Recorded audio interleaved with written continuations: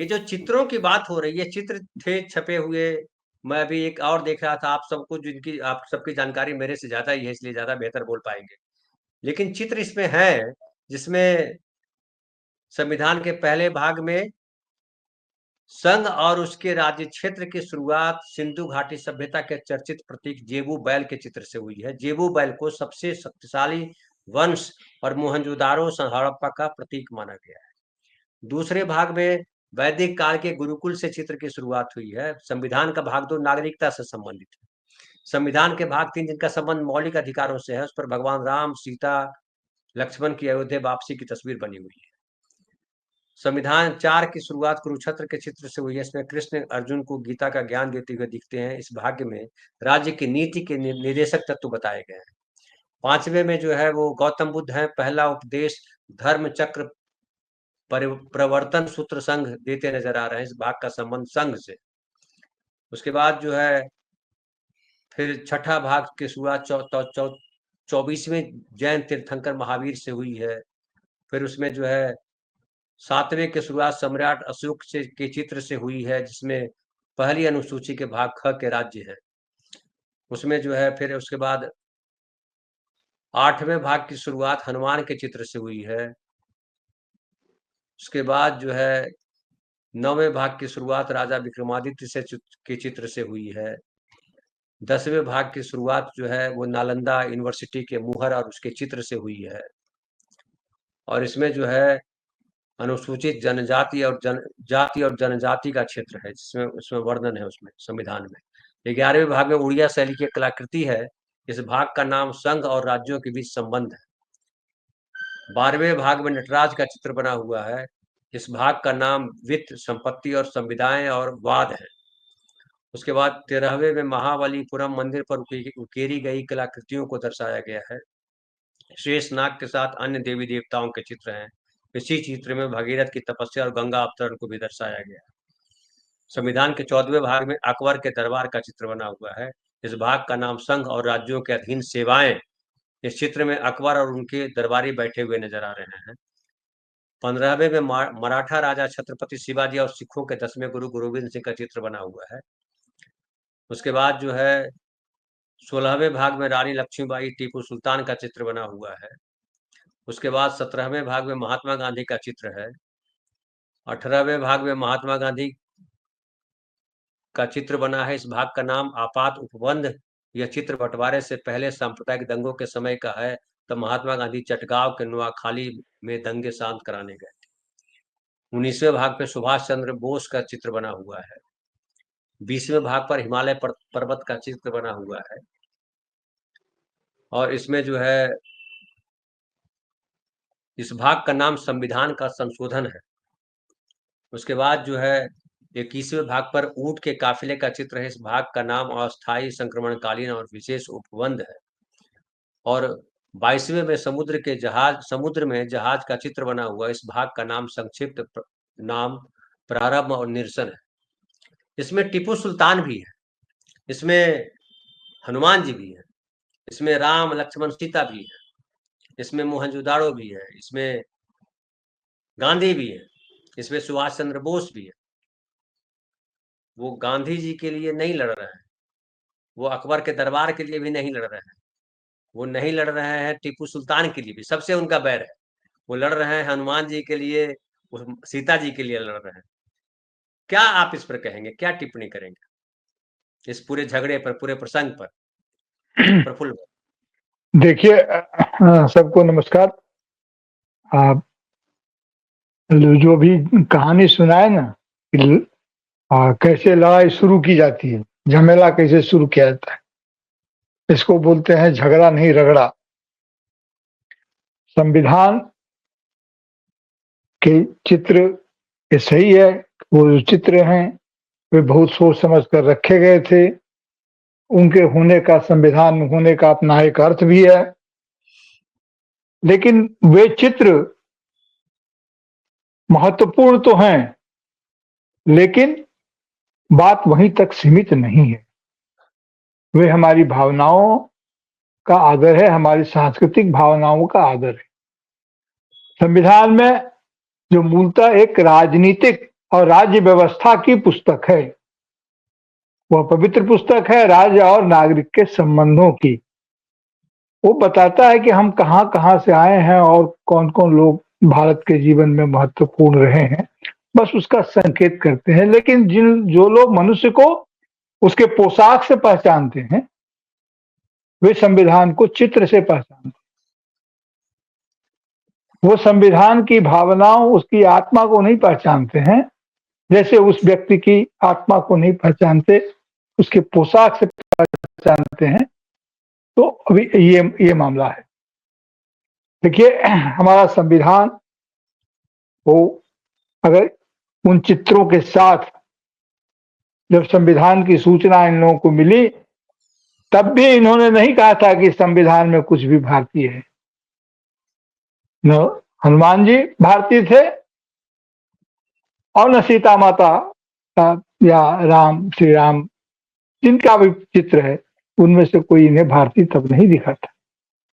आज वो विवाद खड़ा करना चाहते हैं, वो कहते हैं संविधान की जो प्रति हमारे पास है, तकनीकी बात को इसको ओम सैनी सर ने नुक्ता कहा। नुक्ता, वो नुक्ता को हम लोग पिछले दिनों बात की थी कि कोई एक खूंटी निकालते हैं और उससे पूरे सिस्टम को फाड़ देते हैं। संविधान की मूल भावना क्या है कि भारत के नागरिक संप्रभु हैं, इन्हें न्याय चाहिए। कैसा न्याय? संविधान में जो क्रम निर्धारण हुआ है उस पर तमाम बहसें हुई है। पहले चाहिए सामाजिक न्याय, फिर चाहिए आर्थिक न्याय। संविधान की प्रति लोग देखें, इसी क्रम में लिखा हुआ है, सामाजिक न्याय, आर्थिक न्याय और फिर राजनीतिक न्याय। तो राजनीतिक न्याय लक्ष्य है, उस लक्ष्य को प्राप्त करने के लिए सामाजिक न्याय सुनिश्चित करना होगा, सामाजिक न्याय को सुनिश्चित करते हुए आर्थिक न्याय सुनिश्चित करना है और तब फिर राजनीतिक न्याय सुनिश्चित होगा। जब तक ये नहीं होता है तब तक राजनीतिक न्याय सुनिश्चित नहीं होगा। स्वतंत्रता, किस बात की स्वतंत्रता? विचार की स्वतंत्रता, अभिव्यक्ति की स्वतंत्रता, अपनी बात कहने की स्वतंत्रता। ये स्वतंत्रता ऐसी जिसकी भावना ये है कि दूसरे की स्वतंत्रता में बाधक न हो।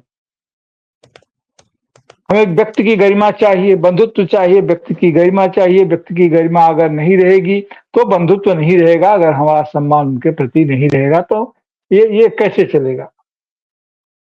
राष्ट्र की एकता, अखंडता। राष्ट्र की एकता का मतलब होता है, यह सिर्फ एक भौगोलिक शब्दावली नहीं है।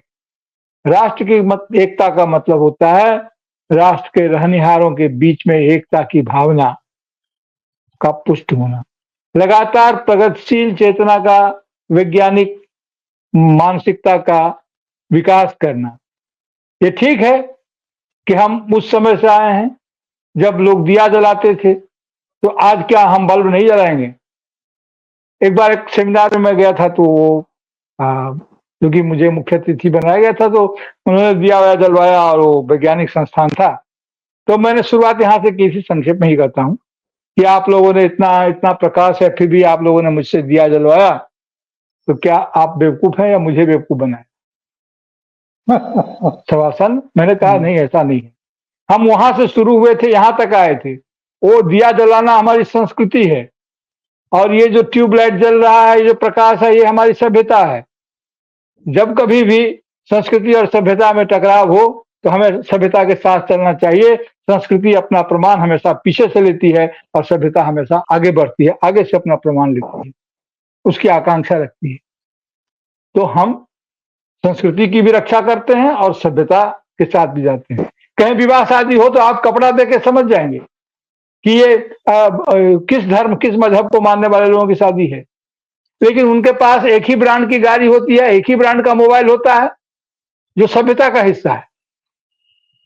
एक ही तरह के बल्ब होते हैं, एक ही तरह के प्रकाश होते हैं। तो मेरे कहने का मतलब ये है कि ये संस्कृति को पकड़ के पीछे जाते हैं, फिर उसको धर्म से जोड़ते हैं और तमाम तरह का वो चीजों को खड़ा करते हैं। आज व्यक्ति की गरिमा की क्या स्थिति है? नेता विपक्ष जो एक दलित समाज से आ रहे हैं, कभी उन्होंने अपने को दलित नहीं कहा, वह जब संविधान पर बात कर रहे हैं तो राज्यसभा के स्पीकर बोलते हैं कि आप बैठिए, आप बैठिए, मैं समझ गया, मैं समझ गया, मैं समझ गया। अभिव्यक्ति की स्वतंत्रता अगर संसद में भी सुनिश्चित नहीं की जाती है, वह भी नेता प्रतिपक्ष की, और राज्यसभा जिसकी कल्पना की गई थी कि पढ़े लिखे समझदार लोगों की सभा होगी, और फाइनेंस बिल से उसको अलग रखा गया, लेकिन राज्यसभा की ताकत उसकी नैतिक शक्ति है। राज्यसभा का खर्चा भारत यूं ही नहीं उठा रहा है। ये ठीक है कि इंग्लैंड में House of Lord and House of Peoples Commons आदि के तर्ज पर हुआ था, लेकिन भारत में राज्यसभा एक नैतिक शक्ति है जिसमें नामित लोग भी होते हैं और जिनका अपना महत्व है। उस सदन में नेता प्रतिपक्ष को आप बोलने नहीं दे रहे हैं। अब तो क्या नेता प्रतिपक्ष को बोलने में बाधा पहुंचाना, उनकी अभिव्यक्ति की स्वतंत्रता में बाधा डालना, क्या यही संविधान की आत्मा, यही संविधान की भावना की रक्षा है? जो कुछ कह रहा है, तो मेरी तो बात बिल्कुल क्लियर है कि ये कहा गया, संविधान में लिखा हुआ है, India that is Bharat shall be union of states. इस बात को ये नहीं मानते। ये नहीं मानते हैं कि भारत राज्यों का संघ है, ये इसके उलट मानते हैं।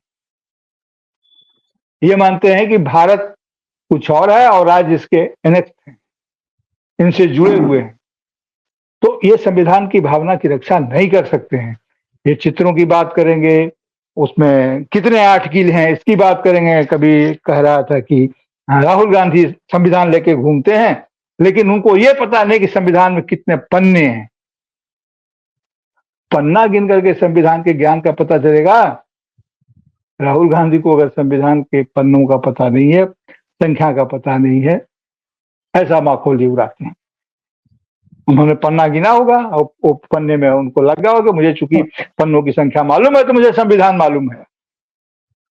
ये औद्धत्य है, और औद्धत्य हमारे संविधान के जो भी मूल्य हैं उसके विरुद्ध जाकर खड़ा होने की प्रवृत्ति है। इसलिए इस देश को अभी सर फासीवाद की चर्चा कर रहे थे और भारतीय जनता पार्टी को उससे अलग कर रहे थे। निश्चित रूप से यह प्रवृत्ति फासीवादी है, और इमरजेंसी के दौर में यह बात उठी थी। तब के ऐतिहासिक वातावरण में इमरजेंसी के विरोध की जरूरत के तहत तात्कालिक रूप से आदरणीय जयप्रकाश नारायण ने कहा था कि अगर वे फांसीवादी हैं तो हम भी फांसीवादी हैं, और वहां से इनको राजनीतिक स्वीकार्यता मिली। जयप्रकाश नारायण के इस स्वीकृति से, इस कहने से ये राजनीतिक दल में उनकी स्वीकार्यता बनी। ये संविधान की रक्षा क्या करेंगे, इस देश की रक्षा क्या करेंगे जो मनुष्य को लड़ाते हैं आपस में? तो राष्ट्र की एकता की बात का क्या अर्थ समझेंगे? तो मैं तो ये कह रहा हूं कि राज्यसभा में जो भी हुआ वह दुर्भाग्यजनक दिन था। संविधान पर बात करते हुए अभिव्यक्ति, विचार की अभिव्यक्ति करने से नेता प्रतिपक्ष को बाधित किया गया। यह संविधान शर्मा की गरिमा के बिल्कुल ही विपरीत है। कोई और प्रसंग होता, वहां आप रोकते, कुछ कहते तो बात समझ में भी आती, लेकिन चर्चा संविधान पर हो और तब आप इस तरह से रोकें, यह कहीं से शोभनीय नहीं है।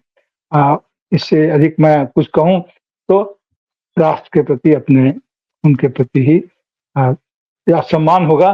तो मैं उनके पद की गरिमा की रक्षा करते हुए इसे आगे नहीं कुछ कहना चाहता कि ऐसा करके उन्होंने क्या किया नहीं किया, लेकिन देश की जनता को चाहिए कि वह समझे इस देश, अगर we the people of India ने संविधान को आत्मार्पित किया है तो be ensure we the people of India will protect it.